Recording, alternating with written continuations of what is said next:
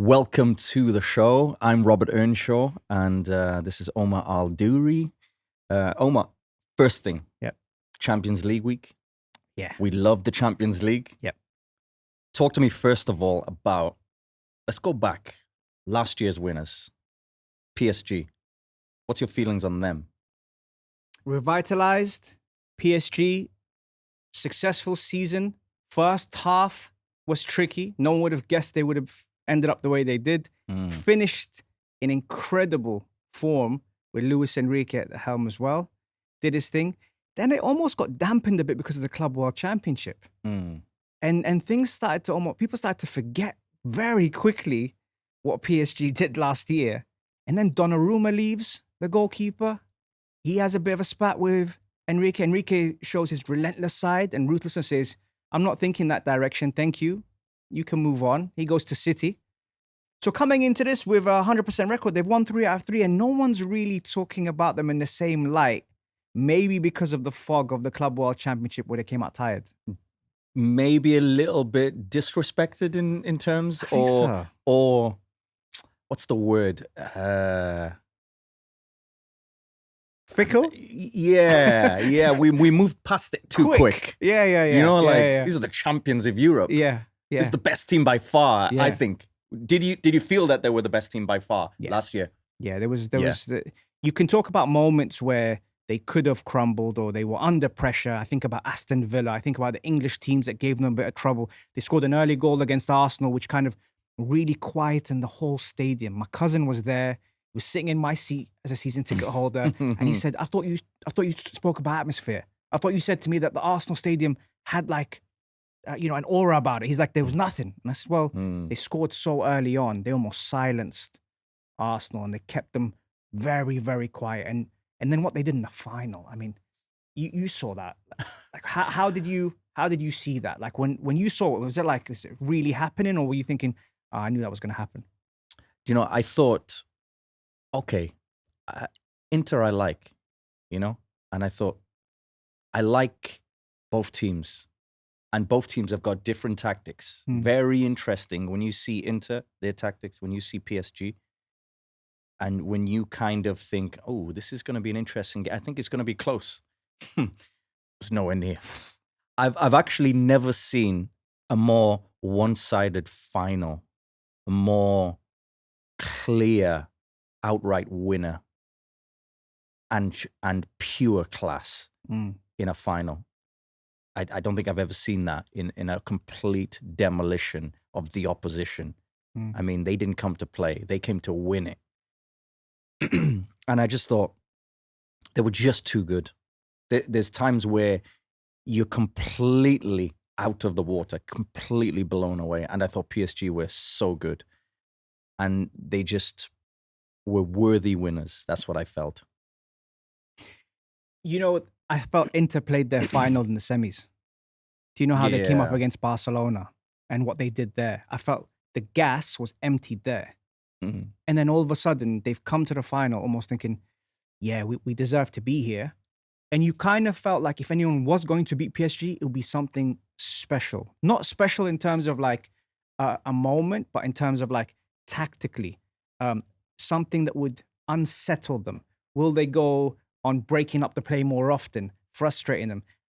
The dark arts, so to speak, a Simeone side that could kind of do something, or an Italian side that was traditional, old school. We're going to talk about it a bit later, but Italian mentality where it's like, you have to break us down and we're not going to try and outplay you at your own game. Yeah. And it was the complete opposite. It's not what we thought. The Barcelona-Inter game was one of the best games of the whole championship. Incredible. So then when I saw that, and like you said, it was one-sided. It coming into this year, we've almost like, okay, that was great, well done. And then it's like, but it's not as good as this side, or it's not as good as that side. Well, why do you think that is? Do you know what? You got a great point. I think it was, they win it, then straight away a few weeks later, it's the World Club Championship. And then automatically, as soon as the Champions League final was finished, automatically everybody started talking about, but the Club World Cup. So it was almost like, the next one. And And because it was first, it just got overshadowed straight away. The sort of celebration, the applauds, the celebration of this great team wasn't given, because normally you then give it for the next 6 months to that team and think they are the team to beat. But it was almost like straight into Club World Championship. Chelsea go and win it, surprisingly.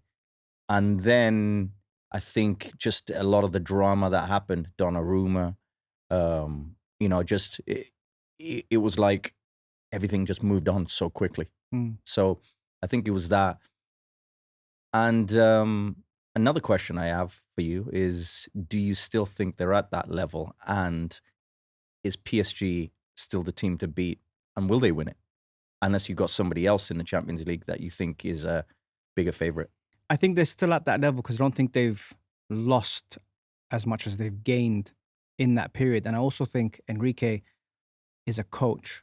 So he's actually coaching players that want to evolve and develop in their career rather than players that are already there and don't want to listen to how many times you have to sprint, how many times you have to close down, how many times you have to be responsible.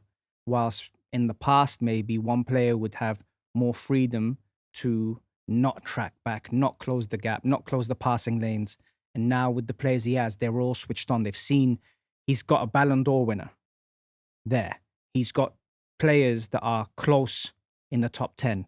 He's got players that have listened to him and then got the benefits out of it. So I don't think they've gone back. I think he might be cooking something, because bear in mind, this time last year, they were awful. Yeah. So they still pick up steam in January. And we're 2 months away from January. So they've done it before. He's seen the blueprint. He probably knows now maybe not to overload things because of how it's worked last year. And I think he's brought back coaching in a respect rather than management, because he doesn't have to worry about losing his job now. He's got a bit more credit in the bank. You just won the first Champions League, right? Yes. So what's your thoughts on Luis Enrique? I really like him. Yeah. I really like him because he played for both Barca and Real. He didn't get the heat that Figo got. Nowhere near. He was a utility player that could play anywhere. So he played fullback, centre mid, 8, 10, 6, right wing, left wing. He could play wherever the coach wanted him. So he has the mentality of being versatile, which he can then encourage his players on, this is what worked for me and this is what didn't work for me, and this is why you're playing on the right side, whether you like it or not. This is going to be best for the team. So because of that, he's almost brought coaching back in, where he's let stars go, your Mbappes and your Messis and all that, and said, that's fine. I'm okay with that. And hasn't said anything about them. There's a famous clip when he was talking to Mbappe, talking about Michael Jordan, and saying, you're not him. You're not Messi. You need to do you. And so from that moment, I thought, it's given coaches hope a bit. Yeah. Because coaches are consistently doubting themselves when things don't go right. And the media's here, the chairman's here, the board's here, your family, the kids that are going to school that are thinking about what they're getting told by other people because of what they read. These are all factors beyond the game, right? Yeah. And that's why I think those moments, I feel, is a credit to him. Yeah. As a person, as a coach, as a father, the stuff he went through in his personal life, and yet to still deliver. Yeah. He's impressive. It's very impressive. He's impressive. I find him impressive. He lost his daughter. Yes. Who's I think she was 9, yes. maybe. Yes. But I just think he's such a credit, and just how he speaks about that situation still within football, when he gets asked about it. Yeah, I just feel like he's a great human being. And then on top of that, he can handle the pressure. He's fearless, so I find him impressive on the field and off the field. I feel like he maybe even doesn't even get the credit that he deserves, because he won the Champions League with Barcelona too. Yeah. with the Messis and Neymars Yeah. and Suarez. And then he goes to unfancied PSG, wins it with them, on top of course, success with Barca. So I just think he's a top coach. He's one where what I really like about him is he's somebody I look at and think, I would have loved to have played for him.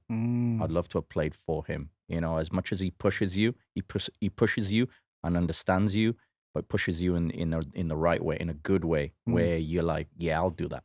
So you'll I'll be do doing that. the Dembele sprints on the edge of the box. That's what I wouldn't like. I don't think any player likes that. There's zero players. I'd put my hammy watching him. Yeah. But you'd probably find a way of delivering it to me where I'm like, yeah, actually, I can score a goal from there, you know? So I feel like he's a specialist in that way where he can convince you and be like, yeah, this is why you do that. Do you know what for me sums him up is he's got a bird's eye view of the game. Yeah. So he sees things from a certain angle where literally we've seen him in the top stands watching training. We've seen him in the top stands watching games while normally coaches are on the touchline and they're barking this and saying that. But he's seeing it and he's watching it in a sense that it's not just what each player does. It's what each player sets as a trap for the next player to close the space for the third player to get the ball. And we don't normally see that when we're so close to the game. And then all of a sudden he's so far back, he's got that bird's eye view where he's like, Dembele's job is not to score in that moment. Dembele's job is to close the lines for the next person to close the space, for the next person to support, for us to win it where we have those two players in position, for then the transition to go in and to score a goal. And obviously, you guys let us know what your predictions are for the game. It's a massive game, and the timing is perfect.